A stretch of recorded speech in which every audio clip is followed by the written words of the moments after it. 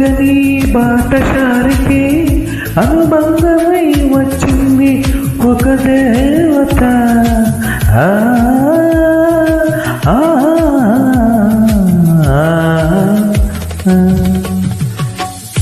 అందమంటూ ఎరుగని బాటసారికి అనుబంధమై వచ్చింది ఒక దేవత. ఇంత చాటులోనే అంత మనసు ఉంచి, ఇంత చాటులోనే అంత మనసు ఉంచి ఆ సంతమే అయింది ప్రియురాలిగా. ముతపతి నాగుల మోగ భాష